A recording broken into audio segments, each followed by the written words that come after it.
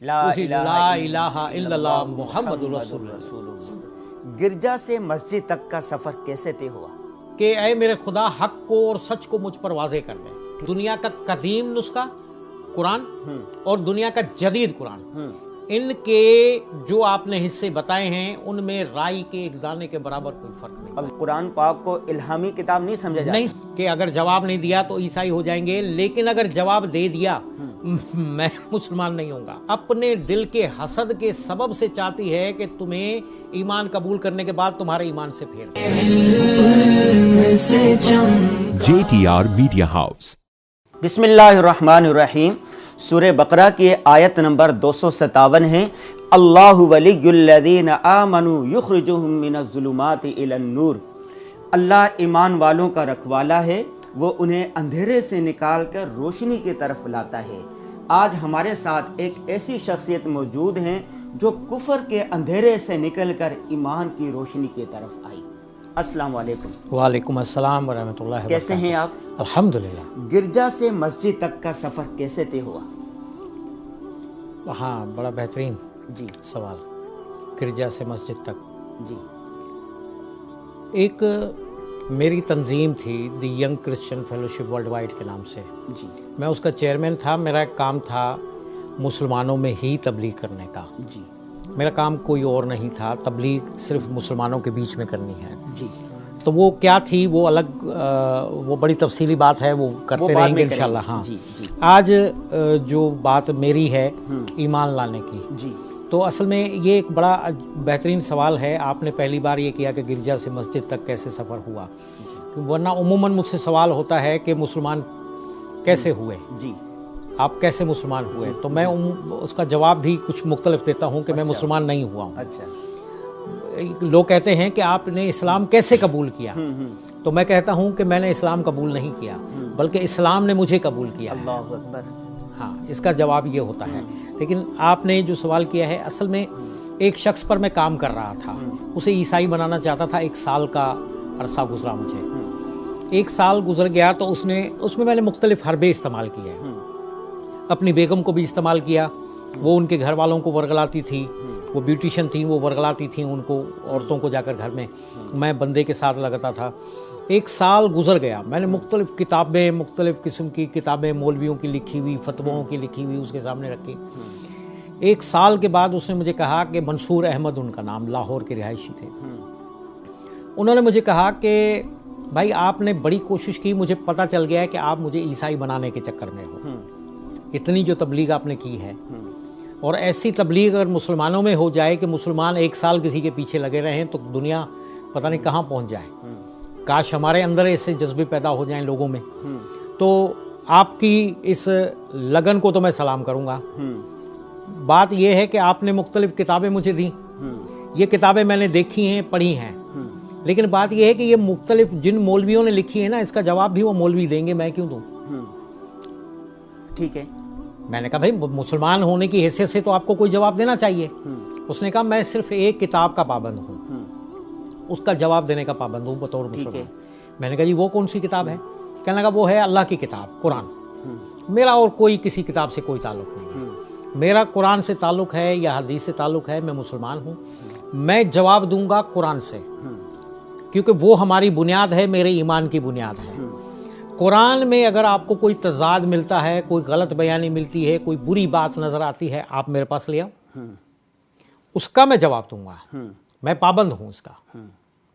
باقی کسی کتاب کا، کسی مولوی کی کتاب کا، کسی کا پابند نہیں ہوں۔ ٹھیک ہے۔ میں نے کہا حدیث لاؤں، اس نے کہا حدیث بھی نہیں لاؤ، کیونکہ ہمارے یہاں ہمارے پاس ایک علم کا خزانہ موجود ہے کہ صحیح حدیثیں بھی ہیں اور موضوع بھی ہیں، ضعیف ہیں، تو اس پر تو میں بات کروں گا نہیں۔ ٹھیک ہے، میں بات کروں گا قرآن پر۔ ٹھیک ہے۔ اس نے کہا، منصور نے کہا۔ ٹھیک ہے۔ میں نے کہا جی ٹھیک ہے، تو اگر میں قرآن سے کوئی اعتراض لے کے آتا ہوں، اچھا یا قابل اعتراض بات یا کوئی غلط بات لے کے آتا ہوں، تب آپ کیا کریں گے؟ تو اس نے کہا کہ میں اس کا جواب دوں گا۔ ٹھیک ہے۔ میں نے کہا کہ بات یہ ہے کہ لوگ کہتے ہیں کہ میں جواب دوں گا، پھر دیتے نہیں ہیں، پھر دیتے نہیں ہیں۔ عام طور پر وہ تنخواہ دیتے ہیں کہ جی میں اپنے بڑے مولوی سے پوچھوں گا پھر یہ جواب دوں گا۔ یہ ایک حربے ہوتے ہیں، ہاں، ناکام حربے، ناکام حربے، یعنی بچنے کے جواب نہیں ہے تو بس ایسے ہی کہہ دینا عیسائی سے پوچھو گے تو وہ کہے گا کہ کسی مسیحی سے سوال کریں گے تو وہ کہے گا کہ میں پادری سے پوچھ کے بتاؤں گا.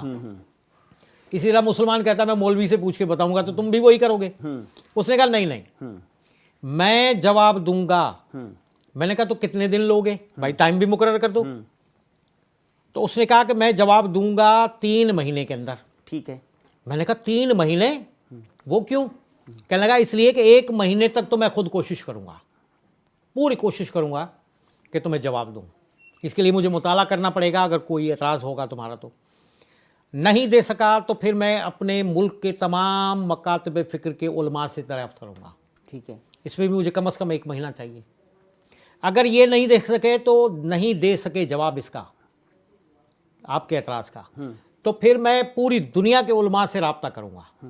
اس میں بھی مجھے 1 مہینہ چاہیے. میں نے کہا اچھا ٹھیک ہو گیا. 3 مہینے میں اگر آپ نے جواب نہیں دیا تو اس نے کہا کہ پھر تیری کوشش کامیاب ہو جائے گی, میں عیسائی ہو جاؤں گا. میں نے کہا پھر ایک بات سنیے, اگر آپ عیسائی ہونے کی یہ جو آپ نے شرط بات ہو گئی ہے کہ اگر جواب نہیں دیا تو عیسائی ہو جائیں گے, لیکن اگر جواب دے دیا میں مسلمان نہیں ہوں گا. آپ نے کہا میں مسلمان نہیں ہوں گا, میں مسلمان نہیں بنوں گا. اچھا, یہ یاد رکھیے. اس نے کہا نہیں جی آپ پر کوئی شرط نہیں ہے میری, کوئی دعویٰ نہیں کروں گا. میں خوش ہو گیا. میں نے کہا اگر جواب نہیں دیتا تو یہ عیسائی ہو جائے گا, دے دیتا ہے تب بھی میں تو بچ جاؤں گا. یہ سوچ کر تو میں نے کہا کہ ٹھیک ہے, میں قرآن کا آپ کو چند دنوں میں وہ اعتراض لا کے دیتا ہوں. ٹھیک ہے. اس نے کہا ٹھیک ہے, کیونکہ ہمارے پاس آپ نے اعتراض لا کے دیا, پھر اس کے لیے آپ نے قرآن کا مطالعہ شروع کر دیا. ہاں, اعتراض ڈھونڈنے کے لیے. ٹھیک ہے. کیونکہ میرے پاس آپ اعتراضات نے کی فہرست اعتراض تھی. ڈھونڈنے کے لیے قرآن پاک کا مطالعہ قرآن کا مطالعہ شروع. ٹھیک ہے. پھر مطالعہ شروع کر دیا تو ہاں, تو مطالعہ شروع کر دیا. میں نے 25 پارے پڑھ لیے. ٹھیک ہے. اردو کا ترجمہ لے کے آیا تھا فتح محمد جالندری کا. ٹھیک ہے. پورا ترجمہ پڑھ لیا, 25 پارے تک پڑھا. لیکن جتنے بھی اعتراض آتے تھے میں انہیں بک میں نوٹ کرتا تھا.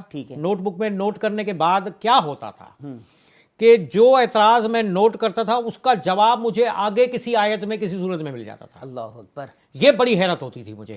پھر میں اس کو کاٹ دیتا تھا کہ یہ مجھے جواب خود ہی قرآن دے رہا ہے, تو وہ بندہ تو ویسے ہی مجھے اڑا دے گا. وہ تو اتنا نمازی پرہیزگار بندہ ہے, مسلمان ہے, اچھا ایمان والا. خیر یہ ہوتا رہا. 25 پارے تک مجھے کچھ پتہ نہیں چلا. یعنی کوئی قابل اعتراض, خاص قابل اعتراض مجھے کوئی بات نہیں ملی. اور کوئی ایسی تھی تو اس کا جواب اگلی آیات میں آ جاتا تھا نا. یہی اصل بات تھی. جی. تو آخر میں نے پھر اپنے اندر سوچا, میں نے بیٹھ کر غور کیا. میں نے کہا ہو سکتا ہے کہ میری ریاضت میں, میری عبادت میں, میری دعاؤں میں کمی ہے. تو میں نے پھر اپنا طریقہ استعمال کیا جو عیسائیت کا ایک طریقہ ہوتا ہے کہ خدا سے روزہ رکھ کر دعا کرو, زیادہ پاکیزگی کی علامت کے طور پر.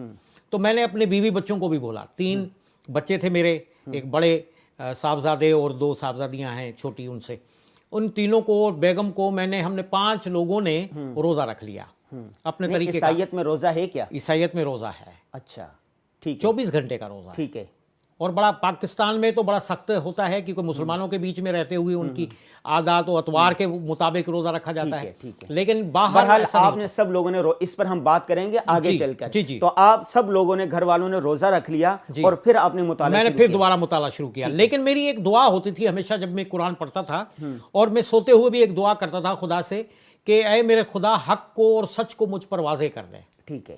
اب آج جب میں یہ قرآن پڑھ رہا ہوں تب بھی میں نے یہ بار بار دعا کی. اچھا میرے بیوی بچے دعا میں لگ گئے.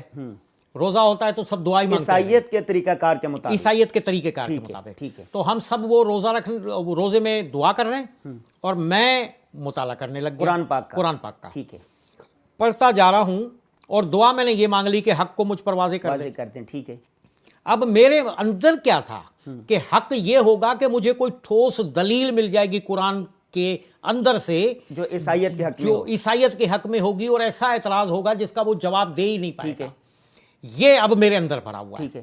اچھا لیکن جو میرا کام تھا, اچھا اس کے بارے میں بعد میں بات کرتے ہیں. یہ میں کہہ رہا ہوں کہ جب میں نے قرآن کا مطالعہ دوبارہ شروع کر دیا تو سورہ بقرہ کی آیت نمبر 109 میں پہنچا, تو وہاں پر میرے اندر کی حالت لکھی ہوئی تھی. کیا تھا وہاں لکھا ہوا تھا؟ وہ تھوڑا سا پڑھوں گا. ود کثیر من اہل کتاب, ترجمہ کر رہا ہوں کہ ایمان والو, اہل کتاب کی اکثریت اپنے دل کے حسد کے سبب سے چاہتی ہے کہ تمہیں ایمان قبول کرنے کے بعد تمہارے ایمان سے پھیر دے. اچھا عجیب. اچھا میرا کام ہی یہی تھا کہ میں مسلمانوں کو ان کے ایمان سے نکال دوں، اور کوئی کام نہیں تھا میرا۔ اب جیسے یہ میں نے پڑھا قرآن میں سورہ بقرہ میں، تو میں نے اس کو بند کیا، نشان لگا کے بند کیا اور بیٹھ کے دعا کی۔ پھر میں نے کھولا، پڑھا، وہی لکھا ہوا ہے وَدَّ كَثِيرٌ مِّنَ الْأَهْلِ الْكِتَابِ، اہل کتاب میں سے چند لوگ ایسے ہیں جو چاہتے ہیں کہ اکثریت، اہل کتاب کی اکثریت یہ چاہتی ہے کہ وہ اہل ایمان کو مسلمانوں کو ان کے ایمان سے نکال دیں۔ ٹھیک ہے، تو میں کہہ رہا ہوں کہ یہ کام تو میرا ہے، قرآن لکھنے والے کو پتہ کیسے چلا؟ کیونکہ میرے نزدیک یا پوری عیسائیت کے نزدیک قرآن غیر الہامی کتاب ہے۔ ٹھیک ہے، اب ذہن میں یہ سوال اسی ٹائم پیدا ہو گیا کہ غیر الہامی کتاب ہے، دعویٰ ہے کہ یہ 1400 سال پہلے لکھی گئی۔ عیسائیت میں قرآن پاک کو الہامی کتاب نہیں سمجھا جاتا۔ ٹھیک ہے جی، حالانکہ الہامی کتاب ہے، قرآن پاک الہامی کتاب ہے۔ ٹھیک ہے، لیکن عیسائی کہہ دیتے ہیں، اگر آپ ان سے سوال کریں گے وہ کہتے ہیں کہ ہماری کتاب میں اس کا ذکر ہی نہیں ہے۔ پھر آپ نے سوچنا شروع کیا کہ اسے پتہ کیسے چلا۔ میں نے کہا ہو سکتا ہے میرے اندر جو بغض یا ناد یا میرے اندر جو سوچ ہے، بغض نہیں کہا، میں نے کہا جو میری سوچ ہے، جو میرا کام ہے، وہ اتنا مجھ پر حاوی ہے کہ مجھے یہاں پر بھی وہی لکھا نظر آتا ہے جو میں کرتا ہوں۔ ٹھیک ہے، تو میں نے پھر دوبارہ بند کے 3 بار ایسا کیا، تینوں بار لکھا ملا۔ میں نے اٹھایا قرآن اور لے کے گیا ہوں میں اپنی بیگم کے پاس، میں نے انہیں کہا یہ کیا لکھا ہوا ہے پڑھیے۔ انہوں نے پڑھ لیا، اردو میں تھا، ترجمہ ہے سارا، پڑھ لیا تو پڑھ کے بتایا کہ یہ لکھا ہے۔ میں نے کہا تو سوچو ان کو کیسے پتا چلا کہ ہم یہ کام کرتے ہیں، اسے پتا کیسے چلا؟ کوئی بڑے سے بڑا نجومی بھی 1400 سال پہلے کا یہ لکھا ہوا قرآن ہے، اس کو کیسے پتا چلا؟ یہ تو حیرت کی بات ہے۔ جب یہ بات میں نے کی تو بیگم نے مجھے چپ ہو گئی، لیکن پھر میں اندر آیا، قرآن کو دوبارہ پڑھنے لگا، اور پڑھتے میں نے کہا اب میرے پاس ایک ذہن میں ایک سوال ایک اور پیدا ہوا اچانک ہی اسی ٹائم۔